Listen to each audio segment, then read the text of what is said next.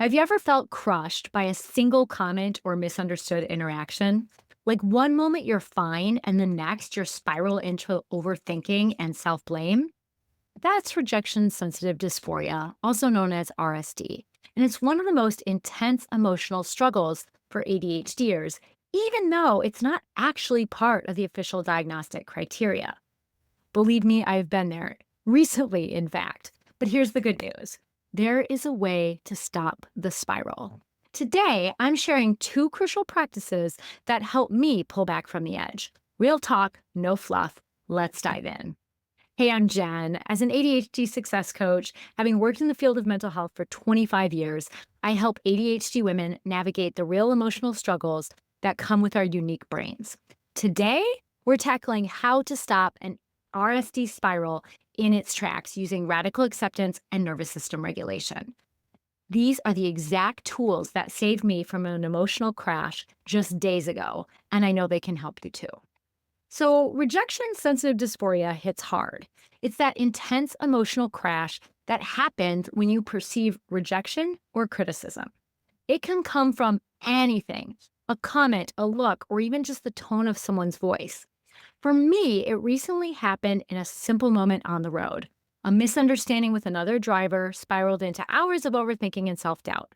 But here's the thing: the goal or intention isn't to avoid ever feeling triggered. That's just not realistic. The intention is actually about knowing how to stop the spiral once it starts so you can come back to a more regulated state more quickly. The first step is to notice that you're even spiraling. And that may sound simple, but not always easy. For me, I feel it in my body: a pit in my stomach, tension in my chest, that unsettled tumbling feeling. But if you're disconnected from your body cues, which is super common for ADHD, autism, and or trauma, you might notice it differently. Your thoughts might spiral, blaming yourself, overthinking the situation. You might catch the things you say aloud or notice that you are venting or seeking validation from several people. Others might even comment on your intensity, which could be a clue. Sometimes the way people have commented has been like this, with a big look, right? And you're like, okay, I'm being intense. What's going on, right? So the key is to notice it and then pause and say, okay, I'm spiraling, I'm triggered. Naming it is powerful because it gives you a starting point for shifting out of it. Once you've noticed it, the next step is embracing radical acceptance. This tool of radical acceptance comes from Buddhist practices, but also is commonly used in dialectical behavioral therapy, which the tools of are really fantastic and great for everyone. Radical acceptance is about accepting reality as it is, not as we wish it were. Because the truth is, no amount of overthinking can change what already happened. I recently tested out Mel Robbins' Let Them theory, which is really a modernized version or like a snappier version of radical acceptance. So, what this looks like is, in this situation, you say, let them act the way they are. If someone's behavior triggers you, let them, because you can't control them. That's the reality. And then let me or let you focus on what can be controlled by you. We can control our response, our own nervous system regulation, our own growth. So when that driver reacted, I first acknowledged, okay, I'm triggered. And I'm like, you know what? I'm going to try this new way of doing radical acceptance. So I said, let her be upset. Let her yell and swear at me and do her arms. Let her have her feelings. And then let me choose how I respond. Let me take this time to put on some calming music and do some breathing to regulate, because that's what I can do on the drive home. Let me regulate more when I get home. It's a simple but powerful shift that stops the spiral in its tracks. So, after radical acceptance, as you've heard me say, it's time to regulate your nervous system. Your body holds on to that stress, so releasing it is crucial. And like I said, in the moment, if you're driving or in public and don't really have access to other regulation tools, simply coming into your breath and inviting your breath to slow and deepen can help, as can calming music.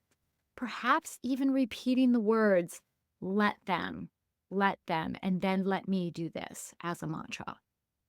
At home, or where maybe you feel like you have a little bit more privacy, you can do exercises like volcano breathing that I've taught before, where you place your hands together in front of your heart. You inhale as you come up, exhale as you come down around by your sides back to center, going as slowly as you can with the breath and doing that several times. You could do a meditative movement, something I teach in my programs, or even playful activities. I recently played with my cat and watched a comfort show, which for me was Harry Potter. It helped shift my nervous system back to calm. Before bed, if you're still feeling off, journaling can help. Write about your experience, dump your brain about it, write your reactions, write what you learned. This helps close the loop so it doesn't carry into your next day or make it really hard to sleep. And as part of this, it can help to identify where your piece in this lies and what you can learn. Once you are in a calmer state, you will be able to do this. Personally, I find this to be that final piece I truly need to move on. Otherwise, I'm continuing to seek validation from others that I didn't do anything wrong to deserve this emotional tirade from someone else. Whereas when I can come in and say, you know what, I could have been more careful, even though I was being careful and she was not being careful, I could be more careful. That's my piece. And suddenly that allows whatever was there to start to fall away and no longer bother me. So here's the big takeaway. You cannot control every trigger. You cannot stop yourself from getting triggered, but you are in charge of and can control how you respond. By noticing the spiral, embracing radical acceptance, perhaps using the let them theory, and regulating your nervous system, you can stop RSD from taking over your day or even week. If you found this video helpful, be sure to like, comment, and subscribe. And if you've got an RSD recovery ritual that works for you, share it in the comments and let us in on the secret. I'd love to learn more from you. Also, remember, every month I do a 28-day nervous system regulation challenge for ADHD. It's a simple, affordable way to build your regulation toolkit. You'll find the link in the description, and we do meditative movements there, so you'll get to learn that strategy as well. You're not alone in this. You've got this, and I look forward to seeing you next time. Take care.